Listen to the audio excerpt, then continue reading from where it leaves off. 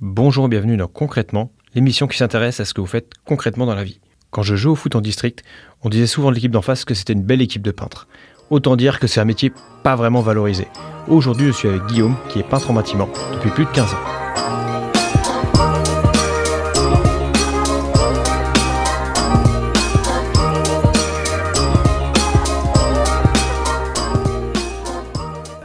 Ah mais non, mais ça madame, ça sert à rien de s'énerver, hein. Vous savez, c'est un lundi de retour de vacances. Donc voilà, vous y pouvez rien, nous non plus. Faut positiver là, on va y arriver. Bah, je pense qu'à ce rythme-là, on sera chez vous d'ici jeudi, dans l'après-midi. Ah non mais madame, je ne permettrai pas. Je ne permettrai pas, c'est juste que malheureusement, vous n'êtes pas notre seul client, donc voilà, ça décale un peu tout. Non, attendez madame, le mieux que vous puissiez faire là, c'est que là, vous décommandez le plombier, le plaquiste et le chauffagiste, électricien. Parce que là ils vont venir pour rien, déjà. Bon.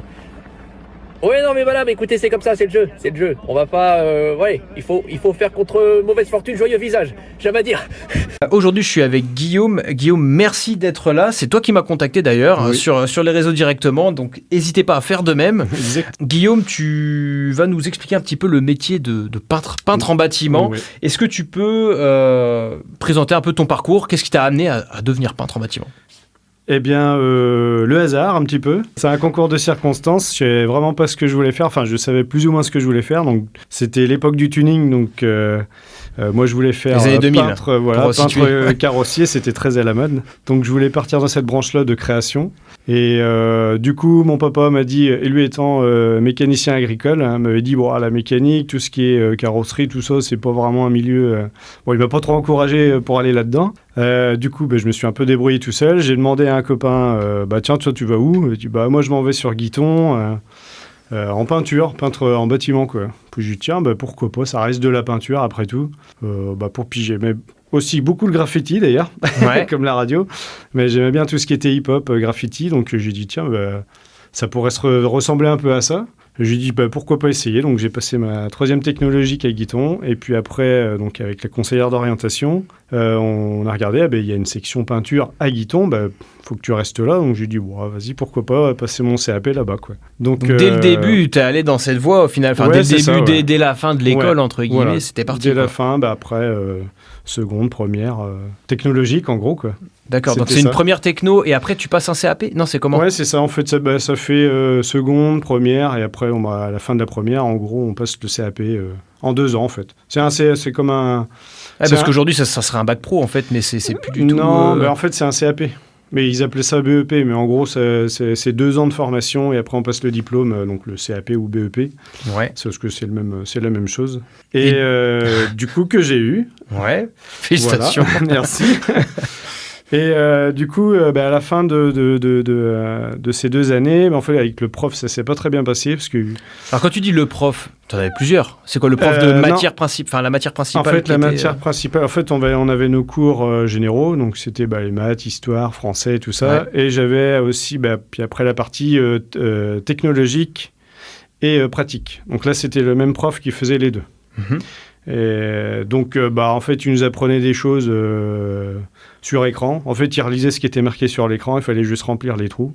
Donc, c'était un peu ça son boulot. Et puis après, c'était une année où il y avait le Vendée Globe. Ouais. Donc, c'était plus rigolo pour lui de jouer à Virtual Regatta que de venir nous aider en cabine. Donc, après... Quand tu dis en cabine, c'est une pièce dédiée pour la fin de la peinture, en fait. On a un plafond et 2 murs avec une fausse porte. Et en fait, on s'entraîne sur les boiseries, sur les murs, à reboucher, à faire de l'enduit, à trouver les couleurs. Enfin, il y a plein de choses qu'on apprend, que j'arrivais assez facilement, parce que je suis quelqu'un d'assez manuel aussi. Donc, pour moi, ça posait pas de problème, en tous les cas. Métier qualifié de manuel, en même temps. Ouais, peintre, voilà. ouais, après, on se rend compte qu'il faut quand même avoir un peu de tête. Il faut avoir les deux, en fait. Il faut être très débrouillard. Mais bon, on apprend ça avec l'expérience aussi. Donc, en cabine, ça se passait super bien. C'est même là où j'ai eu la meilleure note. Ouais. Après, le reste, la moyenne, et c'était bon. Donc, tu as ton CAP, et là... Ouais. Et là, du coup, dégoûté un peu du prof et tout, et je me suis dit, finalement, est-ce que c'est vraiment ce que je veux faire? Je crois que j'avais quelqu'un de la famille qui était dans l'intérim, et j'ai dit, je vais aller dans l'intérim, et puis, Je sais qu'en intérim, on peut un peu tout essayer sans qualification. J'ai dit, je vais aller dans ça. Donc, j'ai passé mon permis voiture. Du coup, je vais en agence intérim directement. Et il s'est passé que le responsable d'agence était mon voisin. Donc, je ne savais pas, mais du coup, on habitait à 50 mètres l'un de l'autre. Donc, ça aidait aussi un peu les échanges. Et il m'a dit, qu'est-ce que tu recherches ? Je dis, je suis en peinture, mais c'est pas vraiment ce que je veux faire. Il me dit, c'est dommage parce qu'il y a beaucoup de boulot là-dedans et ça recherche. Je dis, mais là, Ça a toujours été vrai, ça, ou pas ? Parce qu'on entend que des fois, le bâtiment, il y a des crises, oui. Parfois, c'est peut-être pas toujours vrai. Ouais. À l'époque, en tout cas, ça l'était. La période où c'était avant 2008, avant qu'il y ait la grosse crise. Des subprimes, ouais. Voilà, donc c'était 2007, parce que moi, j'ai passé mon diplôme en 2006. En 2007, celui qui se débrouillait, franchement, ça marchait du tonnerre, quoi. Donc, il m'a envoyé chez un petit artisan, parce que moi, je connaissais pas plus la peinture que ça, quoi. Oui, parce que ce qu'on n'a pas dit, et qu'on discutait un petit peu avant, tu as eu très peu de périodes de stage, comparé à quelqu'un qui faisait un apprentissage classique. Ouais, parce que moi, c'était que de la théorie, c'était pas de l'alternance. La première année, c'était 1 mois de stage, et la deuxième année, c'était 2 mois. Donc, c'était 1 mois, mi-année. Sur 2 ans, sur 2 ans. C'est léger, quoi. C'est quasi rien. Puis les mecs, quand ils nous voient arriver, franchement, il nous faut faire ce qu'on peut.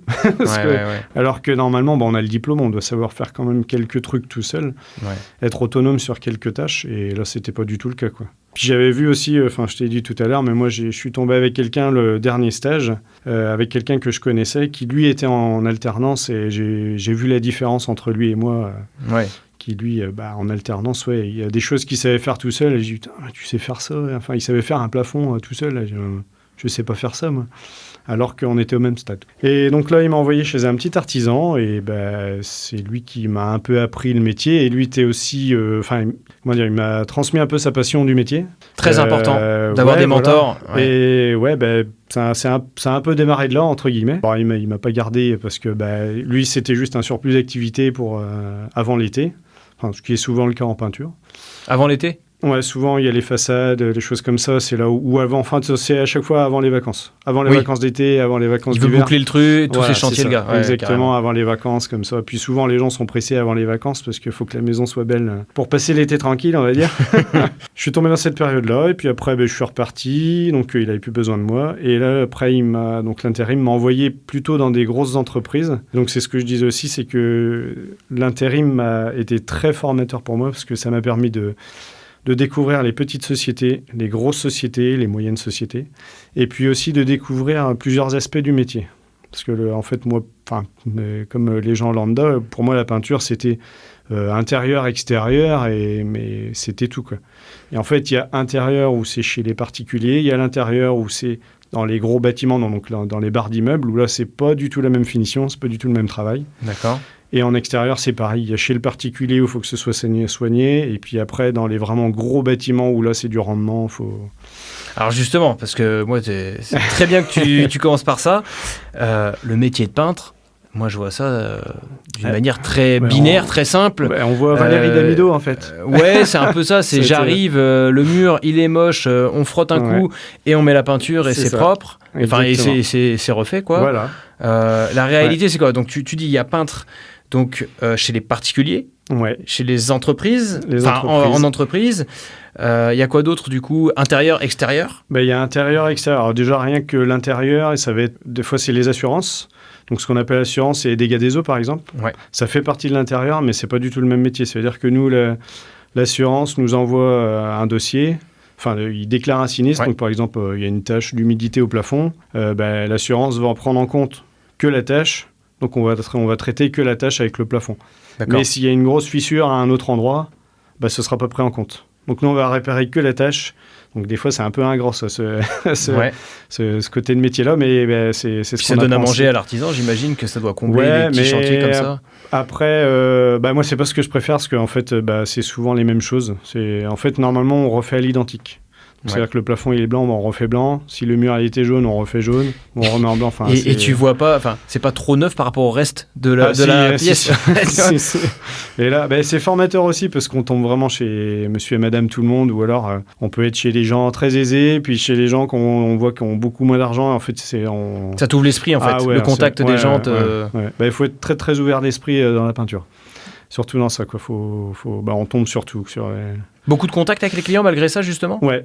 Ben là, on tombe sur tout le monde. Il y a des timides, il y a ceux qui parlent beaucoup, les petits anciens qui voient pas grand monde et qui... Ah bah oui, ça... Ben là, ça parle. On sent qu'on fait du bien, on fait du social un peu. Ouais. Donc non, c'est chouette, quoi. Enfin, moi, j'aime bien ça aussi, quoi. On voit qu'on fait plaisir de ce côté-là aussi, même si c'est pas le but du métier. Mais... Oui, parce que le peintre qui arrive pour ce type de dégâts, il arrive pour un truc super positif, quoi. Enfin, pour remettre de la beauté dans la maison, quoi. Donc c'est génial. On vient réparer ce qui est abîmé, quoi, en gros. Donc il y a cet aspect-là, donc plus réparation entre guillemets. Exactement. Et après, il y a le particulier qui lui fait appel à quelqu'un. En fait, il veut de la décoration, donc il en a marre de sa déco. Ça fait 10 ans qu'il a ça, il a du jaune, il voudrait passer à autre chose de plus moderne. Ou là, soit on va faire appel à des décorateurs. Donc, il propose le projet, ou alors le peintre qui a assez de goût, qui a déjà sa fibre à lui, quoi. Ouais. Son goût personnel. Et puis là, c'est encore autre chose. Voilà, ça plaît pas. Et là, c'est vraiment l'aspect déco.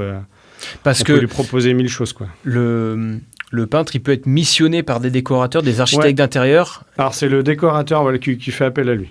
Après, c'est là où il y a énormément d'entreprises, où il y en a qui savent faire et d'autres qui pensent savoir faire, ou après ça dépend les ouvriers entre guillemets, hein. Et là on voit la différence de qualité, de travail, ça dépend par qui on a été formé, ça dépend de plein de choses, quoi. Mais la différence c'est quoi? C'est que c'est pas juste un mur uni, va y avoir des teintes, ça va être quoi la différence? Des dégradés, si tu prends on va dire un mur vert, tu vas faire la même tâche par 10 peintres. Enfin, c'est comme dans tous les métiers, en fait. Chacun a sa façon de travailler, chacun a son acceptation de la finition, entre guillemets, enfin, chacun a sa qualité de travail. Donc, pour certains, ça va être ça, d'autres, ça va être ça. Et des fois, il y a des différences. Enfin, c'est normal, hein, il y a des différences. Après, peut-être que tu as un œil aguerri de peintre. Parce que... c'est un peu comme tout. Il y en a qui sont maniaques, il y en a d'autres qui sont moins maniaques. Donc, il y en a pour qui un petit trou dans un coin, c'est pas grave. Et puis, il y en a d'autres, il faut que ce soit parfait, pile poil. Là. Le peintre. Mais c'est là où on a c'est le peintre qui va... Voilà. C'est le peintre aussi qui va voir ça. Peut-être que les particuliers qui regardent, ils ne verront pas la différence entre Pierre, Paul ou Jacques, quoi, clairement. C'est exactement ça. Partie réparation, entre guillemets, des dommages, partie plus déco, encore chez les particuliers. Voilà. Après, partie entreprise, du coup. Et après, on va dire partie gros bâtiment. Donc, on va dire tout ce qui est, par exemple, les hôpitaux, les grosses tours où il faut mettre du monde, par exemple, sur la côte. Là, par contre, ça va être du rendement, quoi. Il faut peindre les appartements. Faut que ce soit tout blanc, voilà. Ou alors ici il va y avoir les cadres gris, machin, il va y avoir une petite décoration, un mur de décoration. Mais là par contre ça va être du rendement, quoi. C'est que de l'appel d'offres, donc en fait faut faire au moins cher. Donc... Alors quand tu dis rendement, est-ce que c'est aussi différent dans la manière de peindre? C'est-à-dire que là ça va être quoi? C'est du pistolet, c'est des trucs. Voilà. Soit c'est du pistolet, il faut poncer déjà. Là il y en a un qui fait de la ponceuse toute la journée, donc autant dire que c'est pas trop agréable, même si c'est sur aspirateur quand ils ont. Et puis là il faut enquiller, donc là il faut faire je sais pas 1 ou 2 appartements par jour, donc il faut que ça enchaîne, quoi. Moi c'est ce que j'aime moins dans ce métier-là, mais ça fait partie aussi de la peinture. C'est-à-dire on a les mêmes qualifications, mais par contre, on n'a pas la même façon de travailler, quoi. Oui, ça n'a rien à voir entre le gars qui va faire de la déco. Voilà. En fait, il va dire, je suis peintre en bâtiment, mais lui, par contre, c'est peintre en gros bâtiment. C'est-à-dire que c'est quelqu'un qui pourrait peut-être pas travailler chez le particulier. Parce que il serait pas capable c'est pas qu'il serait pas capable. C'est-à-dire qu'il aurait peut-être moins d'automatisme, parce que quand on est chez les particuliers, nous, on arrive des fois, il y a les canapés. En fait, c'est meublé. C'est comme si on allait chez quelqu'un qui habite dedans.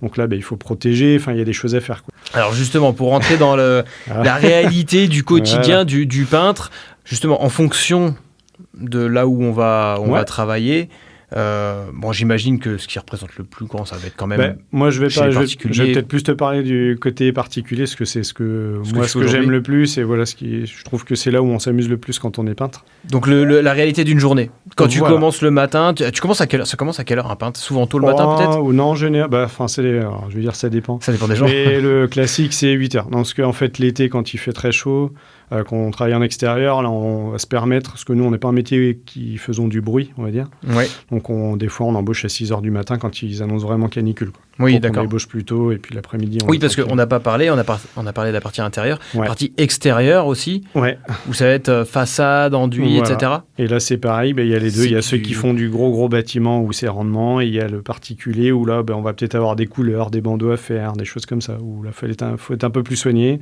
notamment pour les plantes. Oui. Donc là, c'est pareil, j'ai eu des petites anecdotes assez sympathiques sur ça. Pour ça qu'il y a 2 aspects différents dans la peinture. Il y a vraiment ceux qui sont chez les particuliers où il va falloir que ce soit très soigné. et l'autre partie où il faut que ce soit du rendement. Ok. Là où il faut moins soigner, mais alors c'est là où pour moi des fois c'est un peu compliqué parce que je suis trop soigné. Oui. Et en fait je prends trop de temps sur ces parties-là. Donc c'est là où il faut trouver un juste milieu, mais c'est avec l'expérience qu'on apprend tout ça, quoi. Pour en revenir donc justement sur une journée type. Donc ça démarre entre 6 et 8 heures, 6 heures si vraiment il fait très chaud, enfin des intempéries, voilà. des Mais choses. on va parler d'une journée classique. On va dire qu'on arrive à moins le quart, à 8 heures moins le quart, histoire de soit prendre un petit café, charger son camion, parce qu'on a une feuille de chantier. Enfin, la plupart des entreprises où je suis passé, on a une feuille de chantier avec il y a telle chose à réaliser. Donc avec l'adresse, j'imagine, parce que si on est dans une boîte avec plusieurs équipes, en fait.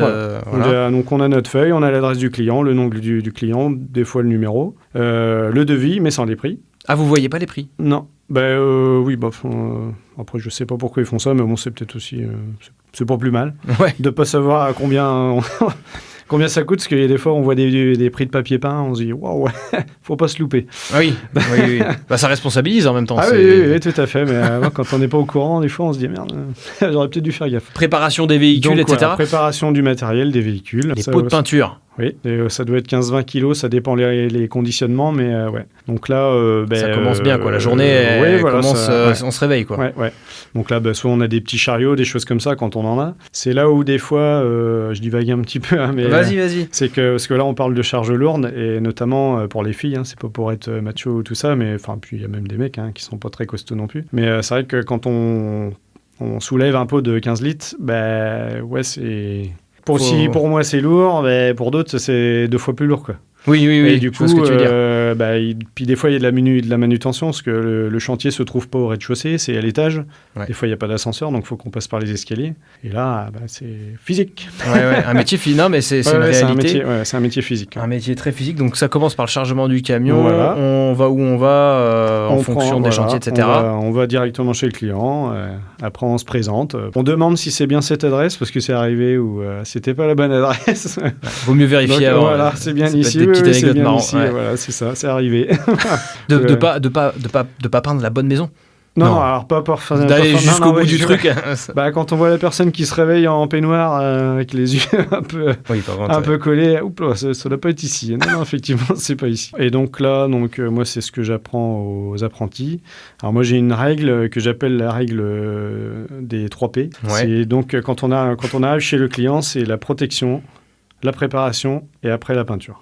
D'accord. Donc en fait, répète, la protection. Ouais, la protection, la préparation et la peinture. En général, s'il n'y a pas un des trois, ça veut dire qu'on a loupé quelque chose. Donc, alors, quand tu dis ça, c'est-à-dire donc la préparation, par exemple, on arrive dans un salon, on doit refaire le plafond et le mur, une salle à manger ou peu importe la pièce, ou la cuisine.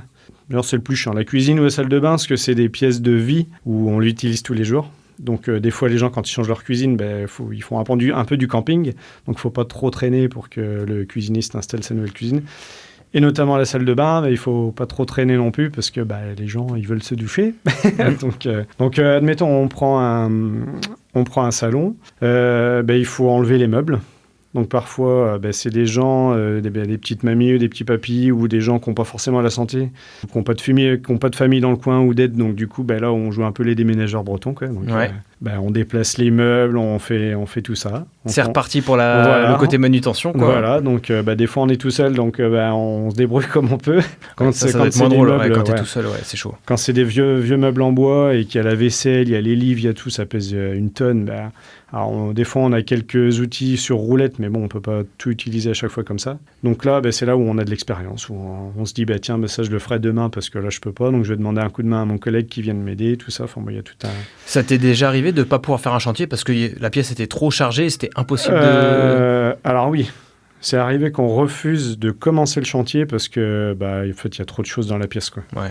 Et dit, là, faut désengorger. Oui, mais trouver quelque chose, parce que, là, non, enfin, on est déménageur, mais jusqu'à un certain point. Ou alors, on veut bien le faire, mais par contre, on va le chiffrer. Parce que, ça, c'est pas compté normalement, c'est pas compté dans la prestation, on va dire. Ou alors, c'est prévu à l'avance, quoi. Donc, on enlève tout ce qu'il faut, les cadres, les bibelots, les machins. Ensuite, on va se mettre à... Alors, moi, ce que je fais, des fois, je me fais un peu chambrer pour ça, mais je démonte tout. C'est-à-dire que je démonte les caches-prises. Je démonte tout ce qui est applique, par exemple, pour les volets roulants, les choses comme ça. Enfin, le maximum de choses pour qu'il y ait le moins de choses possibles qui me gênent après pour la préparation et la peinture. Ouais, d'être le plus à nu possible, quoi, Voilà, entre il guillemets. faut Quoi. qu'il y ait moins de choses possibles sur les murs. Donc après, on demande au client quels trous sont à reboucher ou pas. Parce qu'il y en a qui veulent conserver je sais pas, des accroches pour les tableaux. Donc on fait toute cette préparation-là avant. Une fois qu'on a fait ça, là on passe à la protection. Donc là, je vais cacher au scotch tous les interrupteurs, toutes les prises. Je vais demander s'ils changent les prises ou pas, parce que des fois, les gens, ils pensent pas. Il y a des choses auxquelles ils n'ont pas pensé. Et moi, je pose énormément de questions. Et des fois, ils me disent non, hein, on ne nous a pas posé tout ça comme question quand votre patron est venu. Je dis oui, mais moi, je préfère poser la question, parce que des fois, les gens disent oui, ça, on n'a pas pensé à faire ça. Donc, je demande s'ils veulent changer leur prise. Est-ce qu'ils veulent changer l'emplacement des cadres et tout ça. Donc voilà, il y a tout ça. Puis ça donne un côté très professionnel. Ouais, en plus, aussi, ouais, c'est vraiment après, tu te soucies de leur bien-être. C'est Quoi. ça. Puis des fois, j'ai l'impression de les déranger, mais pour moi, ça paraît logique en fait. Parce qu'il y a tellement de cas où on a fait le truc, puis après, en fait, toute la peinture est belle, et puis on voit la prise qui est toute jaune parce qu'elle a jauni avec le temps.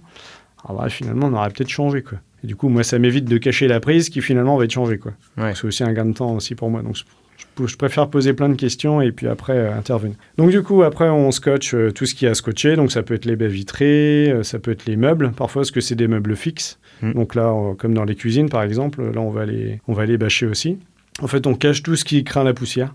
Par exemple, des fois, tu as une ouverture comme ici, où là, on va mettre carrément un drap, quelque chose pour pas qu'il y ait de poussière qui aille de l'autre côté, parce que la poussière, ça vole partout. Donc voilà, donc tout caché. Gros travail de prépa. Donc, alors, la prépa, ça représente sur le temps total. Puis là, c'est juste la protection, on va dire. C'est juste, ah oui, c'est même pas la prépa. Oui, on parle que de protection. J'ai toujours pas touché au mur. Hein. Donc là, je cache tout. Je cache le sol. Si c'est du parquet, si c'est du carrelage, on protège. Quand ils changent les sols, bien sûr, là, par contre, on ne cache pas forcément les sols, parce qu'on sait qu'il va y avoir quelque chose dessus ou changer. Et une fois que tout ça est fait, là, on peut commencer à gratter les fissures s'il y en a. On peut commencer à gratter ou à enlever la tapisserie s'il y en a. Enfin, s'il y a quelque chose à enlever, s'il y a quelque chose à gratter. Et après, on va commencer à soit imprimer, parce que des fois, c'est du plâtre nu, donc là, on va... Enfin, il y a différents procédés. En fait, ça dépend de ce qu'il y a sur le mur. Okay. Si c'est une toile, donc c'est là où il faut analyser. Donc c'est avec l'expérience qu'on apprend, parce que là, on n'apprend pas tout ça à l'école. Enfin, c'est impossible de tout retenir. Donc c'est avec l'expérience qu'on sait, tiens, là, il y a une tapisserie à changer, on va l'enlever, mais qu'est-ce qu'on va trouver derrière ? Parce que là, c'est pareil. Ça doit être pas mal, ça, la réno, pour ça. Ouais, toujours la question, moi, c'est ce que j'aime, derrière. parce que c'est surprise, quoi. Alors, il y a des fois, la tapisserie s'enlève très, très, très, très mal. Ouais. Donc là, du coup, c'est encore... Il y a d'autres façons de... Faut essayer plusieurs techniques pour que ça s'enlève. Donc là, c'est pareil, on apprend avec l'expérience différentes techniques pour enlever la tapisserie. Tout dépend de ce qu'il y a sur le mur, quoi. Donc c'est là où c'est hyper intéressant. Toi, c'est quelque chose que t'aimes dans ton métier, quoi. Le côté prépa. Ouais. Moi, c'est ce que j'aime quand je vois la pièce, qu'elle est moche. Je me dis, là, on va faire un truc. Après, on sait ce qu'il va y avoir. On se dit, ça va être chouette. Oui, alors, ça, c'est très important. Ce que tu dis, déjà le côté satisfaisant du métier, le avant-après, quoi, c'est clairement. Ça, exactement. Mais moi, je sais déjà dans ma tête plus ou moins ce que ça va donner. Une vraie qualité. Alors, est-ce que tu développes cette qualité ou est-ce qu'il faut l'avoir de base ? C'est-à-dire de se projeter clairement comparé au client où lui, des fois, on va dire ça, vous voulez ça comme ça. Il n'en sait rien, quoi. En fait, ça va dépendre beaucoup du peintre. Il y en a certains qui vont... Par exemple, quand il faut faire les devis, c'est là où il faut poser plein de questions. Donc là, c'est pas mon rôle, c'est plutôt le rôle du patron ou du responsable qui va faire le devis avec le client. Où lui va... c'est là où il faut poser les bonnes questions et pour lui, son devis, pour qu'il soit le plus juste possible. Et puis, qu'est-ce qu'il veut après ? Conseiller le client. Et c'est là où il y a différentes entreprises. Soit le client va dire, moi j'aime bien le bleu, on va choisir dans le nuancier de couleur. Il va choisir ce bleu-là, super, ce sera très bien. Et il ne va pas pousser plus loin, quoi. Il n'y aura pas du conseil derrière, quoi. Voilà, c'est ça. Et il y en a certains où il y a des clients, ils ne savent pas du tout ce qu'ils veulent. Et là, il y a les peintres qui vont conseiller énormément. Où là, ça va être du conseil, ça va dire, moi j'aime bien le bleu, mais oui, mais... Vous avez déjà toutes vos pièces bleues à côté, on va pas remettre du bleu dans cette pièce-là. Enfin, c'est plein de conseils. Ça peut être un numéro d'équilibriste parce que le oui, client, oui. il peut mal le prendre et dire bah non, Ah mais oui. moi je veux ça, c'est Ah comme oui, ça que je veux. C'est arrivé des fois où moi je me suis permis de proposer des choses. Alors c'était pas mon rôle. Je me suis aussi un peu fait gronder aussi de temps en temps. Mais j'ai dit au client, j'ai proposé des trucs. Il a dit oh bah non, ça va pas. Et moi je restais sur mon truc. Je disais si, vous allez voir, ça va être chouette. Et à force, le client me disait bon bah allez-y, on verra bien. Puis le client il me dit si c'est pas beau, si c'est pas beau, ce sera de ma faute. Je prenais la responsabilité, mais bon tant pis. Je savais que s'il fallait changer la couleur, ce serait pas forcément grand chose, mais bon, je me faisais taper sur les doigts parce que des fois ça passait ou ça passait ça a pas. donné quelque chose de top finalement. Et en fait, à la fin, et quand on entend le client dire vous avez eu raison d'insister parce que c'est vraiment chouette, et quand il y a les autres membres de la famille qui passent ou les amis qui disent c'est chouette ce que tu as fait. C'est le peintre qui m'a conseillé, là, paf. Ouais, la grosse satisfaction du métier, quoi. Du travail bien fait. Après, on le cache, on se dit, c'est notre métier, mais intérieurement, on se dit... il faut des moments comme ça, c'est ça qui fait avancer, c'est top. C'est exactement ça. Moi, je trouve que c'est ce qui est le plus gratifiant, quoi. Quand le client il vient et qu'il dit, c'est chouette, quoi. Alors on se dit, on fait pas ce métier pour rien, quoi. On se rend pas compte à quel point c'est impactant dans le quotidien des gens. Ouais, c'est énorme, quoi. Ils vont voir ça tous les jours, quoi. C'est ce que nous, on va avoir donc, dans le particulier, ce qui va peut-être pas y avoir dans le gros bâtiment. Où là, c'est bien, tu as fait tes pièces, quoi. Par contre, tu n'avances pas assez vite. C'est plus souvent ça qu'on entend que... Ouais, parce que c'est du rendement, il faut que ça soit standardisé. En fait, c'est un autre métier, en gros. C'est peintre, mais c'est un autre métier. Moi, c'est ce que j'aime moins. Mais après, il y en a qui adorent. C'est nos prises de tête. Il faut faire du blanc, bim, bim, bim. Il n'y a pas de questions à se poser. C'est un peu de l'usine, en gros. Ça fait je vois ce que tu veux dire. C'est standardisé et puis let's go. C'est ça, exactement. Tu disais donc la partie prépa que toi, tu adores. Voilà. La partie peinture où vraiment l'action de peindre, de prendre le pinceau ou le pétard, enfin le pistolet.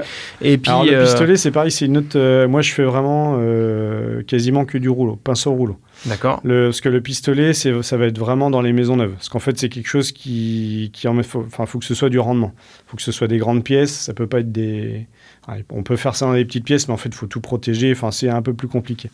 Puis c'est une machine, après il faut la laver, il y a tout un procédé aussi, donc il y a plus de temps à passer, entre guillemets, puis ce ne sera pas le même rendu aussi.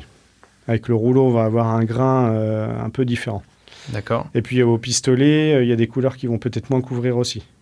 D'accord. Le pistolet vraiment réservé aux professionnels peut-être c'est professionnel de toute façon, mais c'est que... Petite anecdote, j'en profite.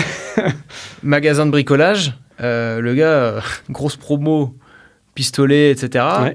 Le mais vendeur... Il faut savoir l'utiliser. Le vendeur, avec ça, génial et tout. Ouais, en plus, moi, je suis pas peintre pour un sou, quoi. Ouais. Et il me dit, en plus, vous allez économiser de la peinture. Alors, c'est vrai, ce qu'il dit, c'est vrai, mais le problème, c'est qu'il faut savoir l'utiliser, quoi. Parce qu'au pistolet, si on ne sait pas l'utiliser, donc moi, je ne sais pas l'utiliser. C'est quelque chose que j'aimerais apprendre aussi, parce que c'est toujours intéressant. Mais si on ne sait pas l'utiliser, en fait, on va faire des couleurs partout, quoi. Soit ça ne va pas couvrir, soit il va y avoir des couleurs partout. Enfin, ça va être un bazar. Il faut savoir doser le voilà. truc. C'est chaud, quoi. Donc, c'est un peu comme à la bombe. Si on veut repeindre un truc à la bombe, au début, on va en mettre, puis en fait, ça va couler. En fait, il va falloir tout recommencer, quoi. Quelqu'un de novice chez lui, tu lui conseillerais plus d'y aller au pinceau, au rouleau. Et puis, Donc je t'ai coupé, excuse-moi, mais non, donc l'action de peindre réellement. Ça arrive pas tout de suite.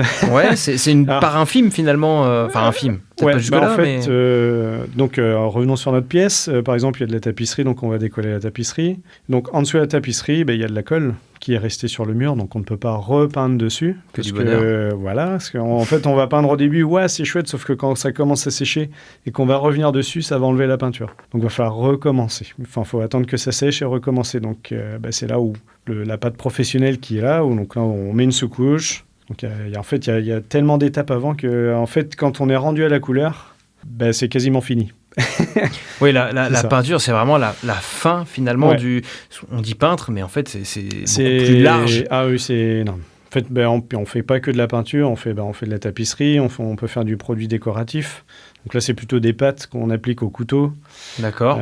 Puis là, c'est pareil, même dans les produits décoration, il y a énormément de choses. Donc là, c'est pareil, il faut se former un petit peu. Donc là, il faut connaître aussi. Enfin, il faut avoir pratiqué. En fait, il faut pratiquer, quoi. Parce que oui, on dit peinture, mais ça va être, comme tu dis, donc peut-être les enduits à la chaux, Ouais, etc. ouais, aussi. voilà, ouais, les ça choses fait comme ça. partie Ouais. Exactement, les stucs. Enfin, il y a énormément de choses.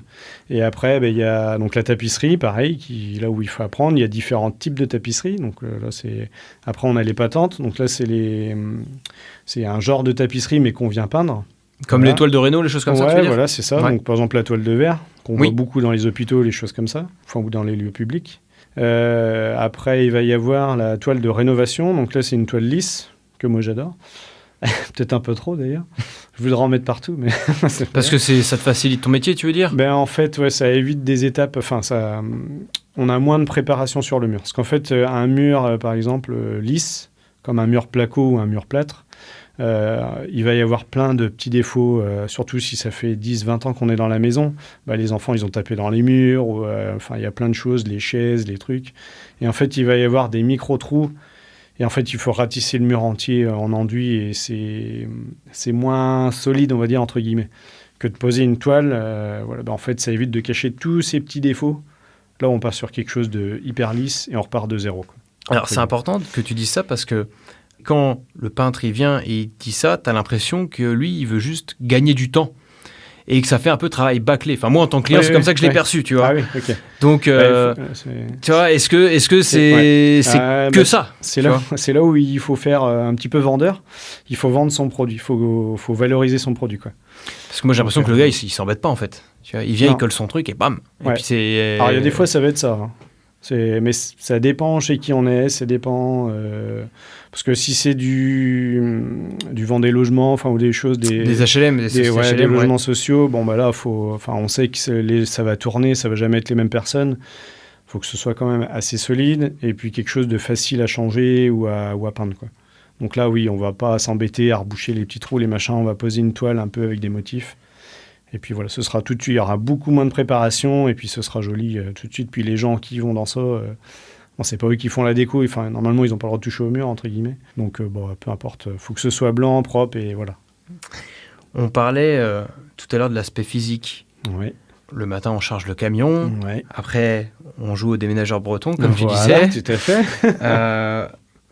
Après, je pensais aussi le côté, les produits en Ouais. eux-mêmes. Ouais. Ben après, alors Toxiques, dangereux, faut être équipé. Tu parlais des D3P, donc la protection. Ouais. Protection aussi de toi. Protection Et tes aussi de collègues. Oui, tout à fait. Donc, il y a un outil duquel j'ai pas encore parlé, parce qu'une fois qu'on a rebouché, eh bien, il faut poncer.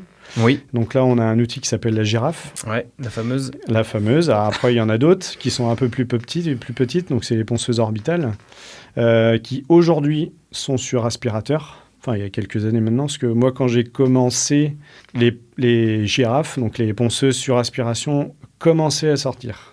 Donc, c'est-à-dire qu'on ponçait tout à la main. C'est-à-dire que le placo aussi. Ah oui, d'accord. Comment ça sort. Oui, donc Voilà. t'étais tout à la mano avec du papier à verre, là. Voilà. Ceux qui étaient à la pointe de la technologie, on va dire, commençaient à avoir les ponceuses.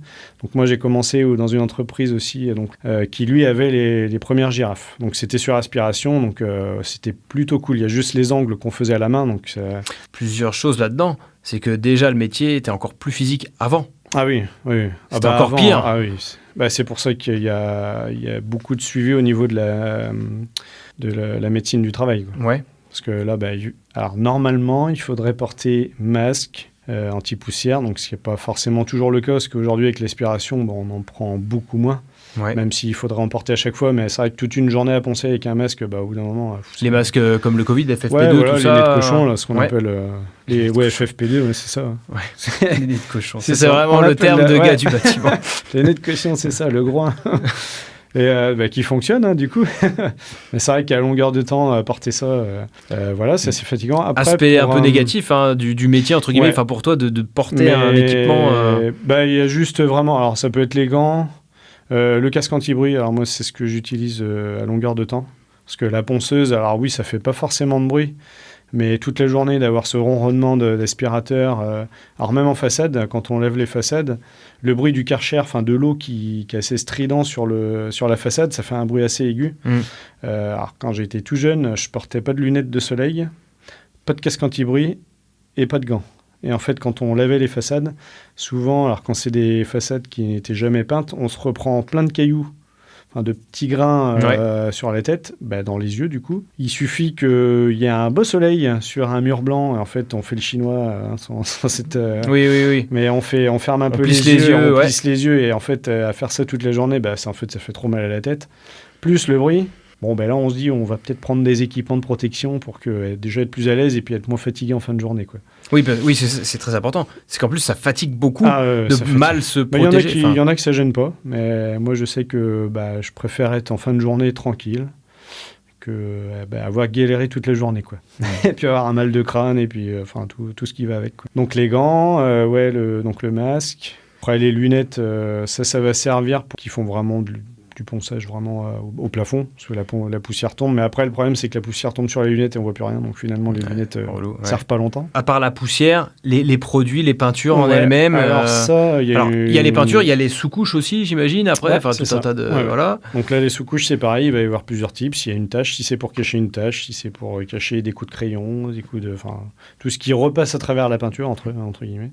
Et donc les odeurs un peu de ces produits-là. Alors, les odeurs, en fait, la toxicité, les odeurs, c'est une chose. Mais alors la toxicité. Alors ça, il y en a de moins en moins parce que là aussi le métier évolue heureusement. Et là, on a beaucoup et même énormément de peintures acryliques. Donc ce qu'on appelle les peintures acryliques, c'est les peintures à base d'eau. D'accord. Qui se diluent à l'eau. Et là, on a très peu d'odeur, quoi. Parce qu'il faut savoir que dans les années après-guerre, quoi, c'était peinture au plomb. Ça, à l'époque, ça a été des gros scandales où il y a plein de gens qui sont morts à cause de ça, quoi. Alors nous, même, il y a de la feuille de plomb des fois qu'on enlève. En fait, la vieille peinture, tu veux dire ? Non, c'est des feuilles de plomb. C'était à l'époque pour cacher les taches d'humidité. D'accord. Tout ce qui était remonté d'humidité, ils mettaient. Il me semble que c'est ça. Je sais pas. Mais il me semble que c'était ça. Souvent, c'est pour ça qu'on les enlève. Et en fait, c'est des feuilles de plomb pour éviter que l'humidité repasse à travers. Et aujourd'hui, ça, c'est toxique, c'est. C'est du plomb, quoi. Donc, faut. D'où l'essence sans plomb. Voilà. Exactement. Donc, ou même des anti-rouilles. Les anti-rouilles ont été interdits parce que y avait du plomb dedans, tout plein de choses. Donc là, les peintures ont énormément évolué. Après, on a la peinture glycéro, donc là qui se dilue au vide spirit. Et donc là, il y en a encore parce que y a des choses que la peinture acrylique n'arrive pas à faire. Donc là, on est obligé d'utiliser la peinture glycéro, mais il y a très peu de produits qu'on utilise, heureusement. Mais ça arrive, il y a des fois on n'a pas le choix et on est obligé de faire une pièce entière à l'essence. Et puis c'est... Et là c'est masque. Et là c'est masque sur il faut ouvrir les fenêtres. Ah oui, en plus. Parce que ça m'est arrivé une fois sur un chantier. C'était l'hiver, il faisait très froid dehors, on avait -1. Et là du coup, nous on met le chauffage parce que dedans, c'est une maison en rénovation, donc ça veut dire qu'il n'y a plus d'électricité. Ouais. C'est un compteur d'appoint, de chantier. Point d'eau, c'est le point d'eau comme une maison neuve. Et là, du coup, on s'est retrouvés dans la maison. Il fallait faire toute la maison entière comme ça, en glycéro. Donc, on avait mis le chauffage pour se réchauffer un petit peu. Et on a peint toute la journée comme ça. Et rendu le soir, j'avais l'impression d'avoir fumé un joint ou d'avoir bu de l'alcool. J'étais défoncé. Tête qui tourne. J'étais défoncé. C'était... faut pas faire ça tous les jours, quoi. Heureusement que c'est qu'une fois dans... Le lendemain, on n'a pas fait pareil, quoi. On a mis le chauffage, mais on a laissé les fenêtres ouvertes. Tant pis s'il faisait froid, mais... Après, tu bouges tellement, tu dois pas souvent avoir froid dans ce métier, quand même. Ouais, ça dépend de ce qu'on fait. Il y a des choses où c'est assez physique, donc ça va, ça nous réchauffe, mais il y a des choses Les plafonds Après, ça dépend. Si c'est que des plafonds toute la journée, oui, forcément, ça va... Mais après, c'est là où, avec l'expérience aussi, on apprend. Il y a des postures à avoir. Il y a des outils à utiliser aussi. Et puis, des fois, on peut alterner un petit peu de mur, un petit peu de plafond. Voilà, si on peut alterner un peu les deux. Mais ça, c'est une méthode de travail où... Si on n'a pas le choix, qu'on fait que des plafonds, oui, forcément, en fin de journée, ça fait mal aux épaules, quoi. Alors, pour tout ça, pour un métier où il faut quand même avoir un peu une fibre, savoir dialoguer avec les gens, parce qu'on peut être amené à être chez eux s'ils sont là, être un peu social, quoi, avoir ce côté social. Un métier assez physique quand même, entre le matériel, les postures, etc., tout ce que vous allez faire chez les gens. Après, ça va dépendre du chantier. Il y a des chantiers qui vont être... Sur du neuf, tu n'auras pas de meubles à bouger, etc., par exemple. Non, mais ça va être physique parce qu'il va falloir poncer toute la journée. Enfin, par penser toute la... Il n'y a pas de truc parfait, quoi. Ouais. Non, mais c'est juste un mauvais moment à passer. Il n'y a pas une bonne planque dans... Non, mais en fait, il faut y passer. Donc, mentalement, il faut se dire, aujourd'hui, je vais poncer, quoi.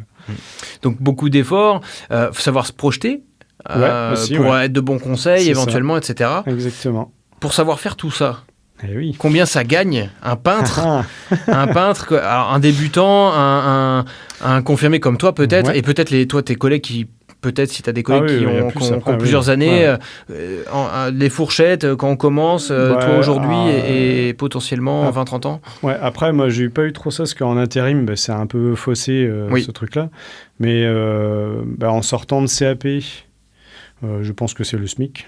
Ouais. Enfin, ça peut pas être plus bas.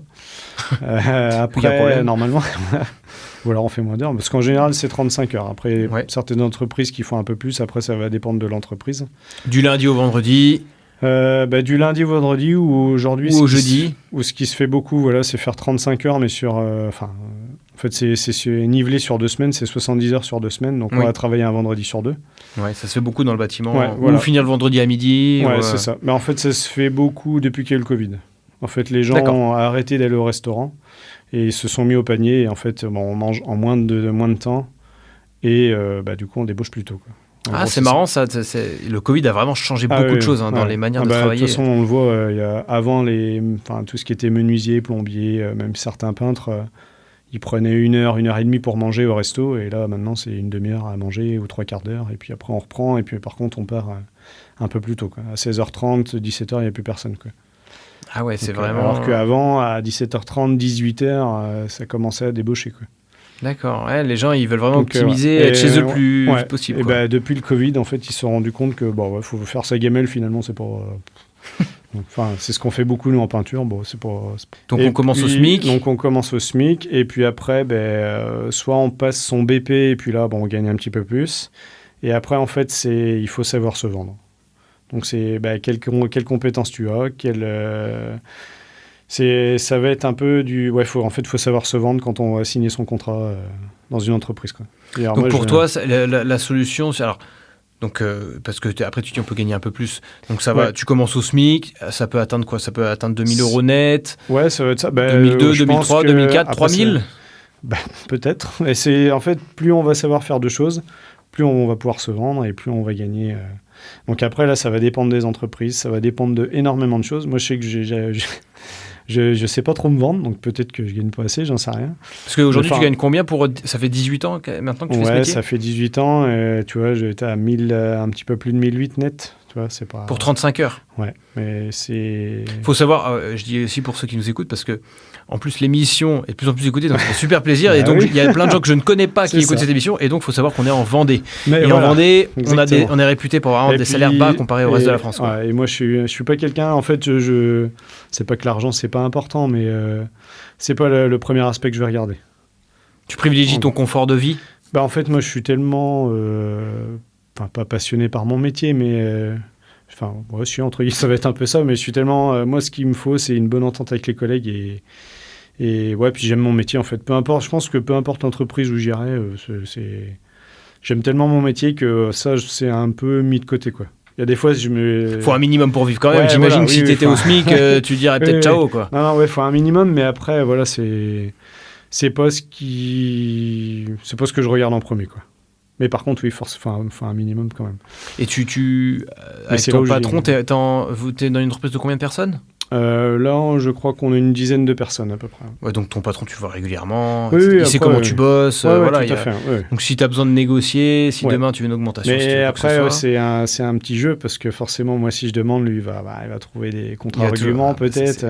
Après, là, c'est pareil, ça va dépendre des personnes. Il y en a qui vont même pas poser la question, ils vont augmenter, je sais pas, tous les ans, ils vont faire un petit jet, mais ça va dépendre de beaucoup d'entreprises.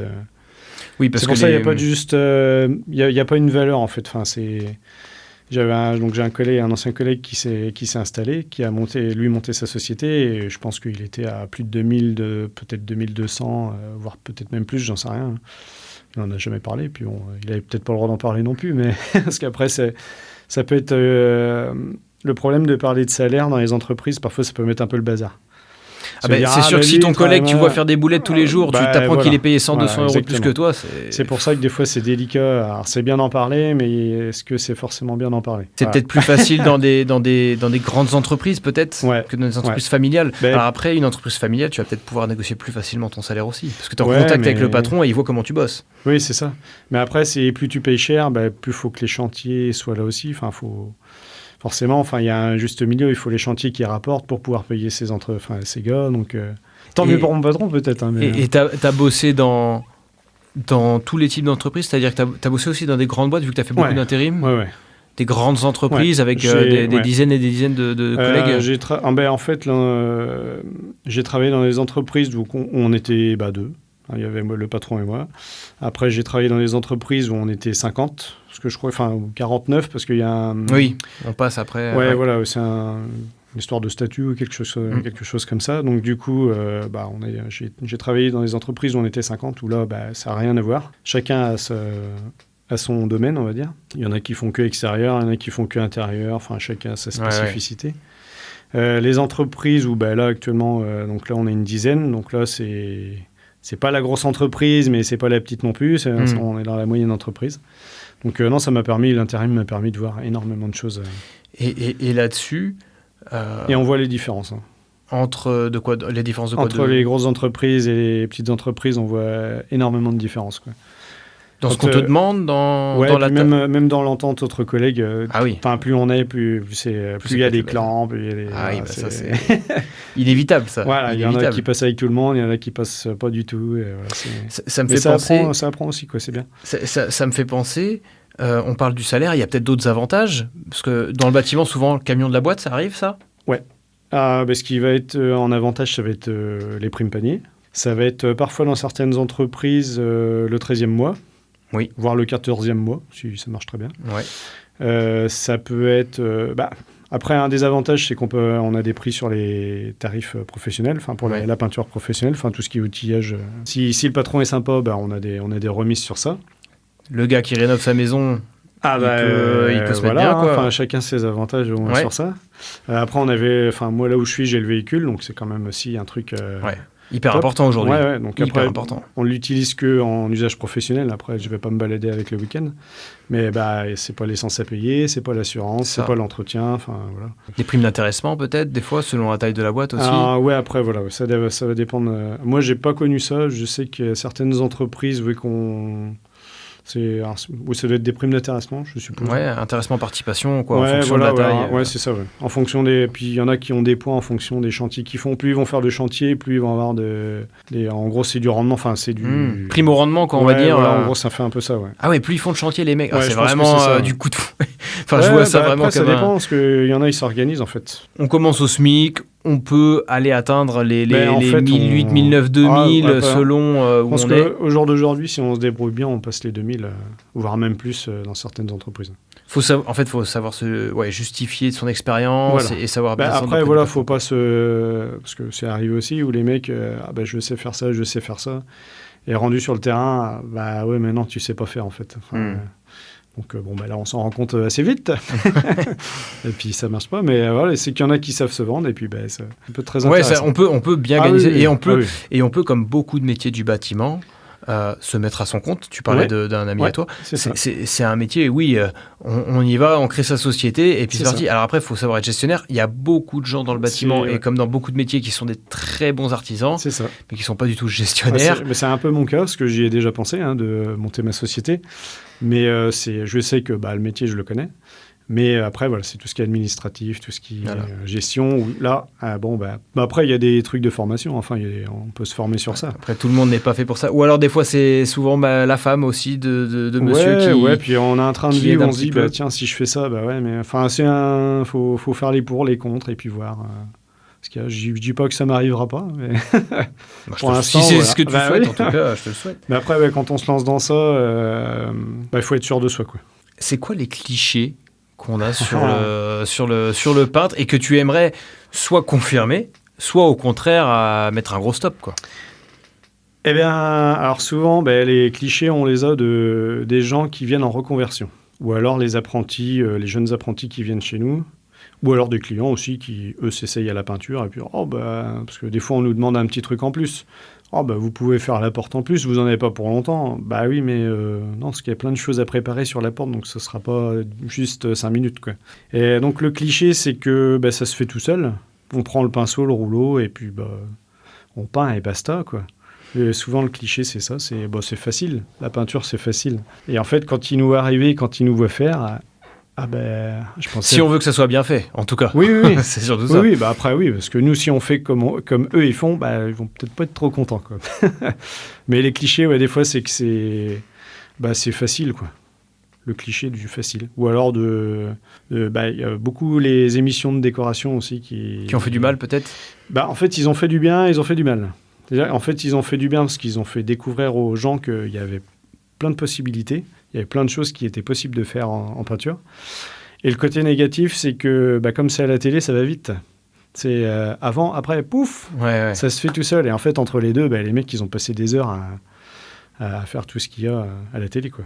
Donc, bah, notamment, je sais pas si on peut les citer, hein, mais il y avait Valérie Damido, Oui, Marc Emmanuel, avec grosse période, des trucs comme ça, enfin, puis les autres émissions, quoi. Donc ça a fait du bien parce que ça a fait connaître le métier. Mais d'un autre côté, bah, ça a peut-être vendu du rêve à certaines personnes, quoi, en pensant que c'est facile. D'accord. Alors qu'il y a tout ce qu'on voit pas. Mais c'est aussi pour ça que je fais ça, encore une fois. Ça, je me répète à chaque émission, mais c'est un peu ça. C'est vrai que c'est du travail pas forcément vu, encore plus, je pense, dans le neuf. Ouais. Dans le neuf, où c'est vraiment un travail de l'ombre, où on arrive en bout de chaîne et il faut taper dedans, quoi. Ouais, bah même la rénovation. Hein. Enfin, même la réno. Hein. Mais si les clients sont là déjà et qu'ils vous voient bosser, bon, voilà, déjà. Et des fois, ils sont surpris. Hein. Ils sont surpris par tout ce que vous faites. Ils pensaient pas qu'il y avait autant de préparation, quoi. Parce que finalement, c'est 80% du métier, c'est de la préparation. Donc, oui, des fois, très important ce que tu dis. Oui. Des fois, on est des apprentis ou des gens en reconversion qui dit moi j'ai fait ma maison chez moi, donc ça m'a donné envie, donc je sais pas, j'étais coiffeuse ou n'importe, j'ai voulu changer de métier, puis comme j'ai fait chez moi, tiens, je vais faire ça, en pensant que la reconversion elle est rapide. Alors oui, elle est rapide, mais si on veut vraiment soigner le travail, finalement il y a plein de petits détails, et c'est ces petits détails qu'il faut quand on est professionnel, qui sont longs. Et donc des fois on va dire on rebouche encore, oui, c'est pas encore parfait, donc ouais, un travail en fait. Il faut être minutieux. Sous-côté dans la partie préparation, il faut être minutieux, où les gens ne se rendent pas compte en fait, de tout ce qu'il faut faire. Il faut plein de qualités pour être peintre. Alors après, ça s'apprend. Parce que des fois, les apprentis, ils soufflent un peu et puis ils se disent putain, j'y arriverai jamais, quoi. Mais oui, mais c'est... En fait, c'est en faisant qu'on apprend. C'est un métier rébarbatif parfois, des fois. Mais c'est comme ça qu'on devient de mieux en mieux. Pour avoir connu quelques peintres, c'est un peu quelque chose qui est revenu. C'est moi j'ai envie d'arrêter parce que j'ai l'impression que ça me lave le cerveau, quoi. C'est rébarbatif. Je peins, en fait, comme je t'ai dit, c'est les 3 P, quoi. On arrive, on protège, on prépare, on peint. On arrive, on protège, on prépare, on peint. On fait que ça. Sauf que chaque fois, c'est pas les mêmes pièces ou c'est pas la même chose qu'on va appliquer à la fin.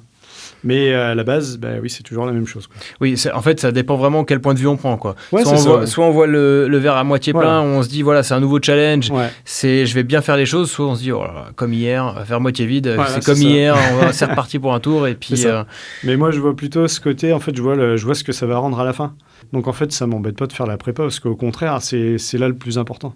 Une bonne prépa, et à la fin, c'est finger in the nose, comme on dit. C'est trop top, T'as quelques anecdotes à livrer, t'en parlais tout à l'heure, oui. des petites choses qui te sont arrivées sur chantier peut-être ? Ouais, notamment de se tromper de maison. Tu réveilles le voisin là. Ouais. Un jour, je suis tombé dans une rue où il y avait le frère et la sœur qui habitaient dans la même rue. Donc il me dit tu vas chez monsieur et madame Untel, ok.